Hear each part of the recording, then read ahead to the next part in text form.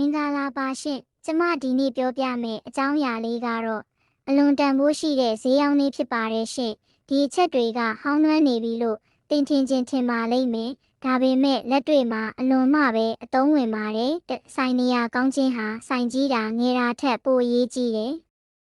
နှစ်ရောင်းကုန်ရဲ့အရေးသွေးဟာဆိုင်နေရထက်ပိုအရေးကြီးပါတယ်3စကားချိုချိုသားသားပြောပြီးဈေးရောင်းတက်ခြင်းဟာအရေးကြီးပါတယ်ဒါကဖောက်သေးကိုပုံမြဲစေပါတယ်လေးအရင်နီးနေတာကိုစိုးရိမ်ခြင်းထက်ယုံကြည်မှုနေတာကိုပိုစိုးရိမ်သင့်ပါတယ်ငါဆိုင်ကိုလှလှပပခင်းချင်းတက်ခြင်းဟာအရေးကြီးပေမဲ့အနှဲငယ်ရှုပ်ပွားနေတဲ့ဆိုင်ငယ်လေးကပိုရောင်းကောင်းနေတတ်ပါတယ်ဈေးချိုတယ်ဆိုတာကိုဝယ်ယူသူများကထင်မြင်သွားစေလိုပါ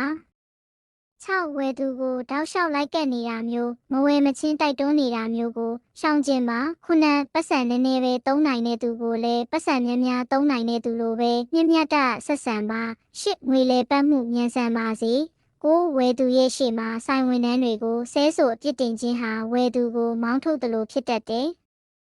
တစ်ဆက်နည်းနည်းများများလက်ကားဖောက်တီကိုအမျိုးလိုသဘောထားပါတက်နိုင်သမျှကုန်ပစ္စည်းဈေးနှုန်းနဲ့ပတ်သက်လို့သူတို့ရဲ့တောင်းဆိုချက်ကိုဖြည့်ဆည်းပေးပါဆက်တက်ရောင်းကုန်ပစ္စည်းပြတ်သွားတယ်ဆိုတာဖောက်တီကိုလစ်လူရှူတာစော်ကားတာနဲ့အတူတူပဲဆက်နှစ်ဈေးနှုန်းတစ်ခုလည်းဖြစ်ပါစေတစ်ခုခုကြောင့်ဈေးလျှော့ရောင်းခြင်းဟာစိတ်ရှုပ်ထွေးမှုကိုဖြစ်စေတတ်ပါတယ်ဂတိကိုထိခိုက်နိုင်စေပါတယ်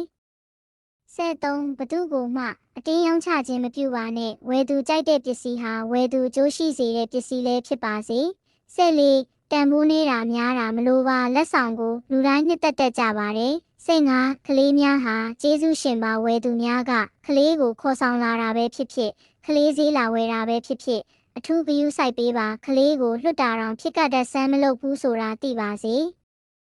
16အသစ်ထွင်မှာဝယ်သူကိုဆွဲဆောင်နိုင်အောင်အမြဲစူးစမ်းပါလူတဘာဝကအစမ်းကိုပို့ပြီးအာယုံစိုက်တတ်ကြပါတယ်19အယောင်းဝယ်ကြီးကြီးသေးသေးအစွမ်းကုန်စူးစမ်းပါဆိုင်တစ်ခုလုံးရှင်သန်နေပါစေဝယ်သူများလာအောင်ဆွဲဆောင်နိုင်ပါလိမ့်မယ်ဈေးရောင်းတဲ့နေရာမှာဒီချက်တွေကိုမှတ်သားပြီးလက်တွေ့အသုံးချနိုင်မယ်ဆိုရင်တကယ်ကိုအကျိုးများစေပါလိမ့်မယ်ကျေးဇူးတင်ပါတယ်ရှင်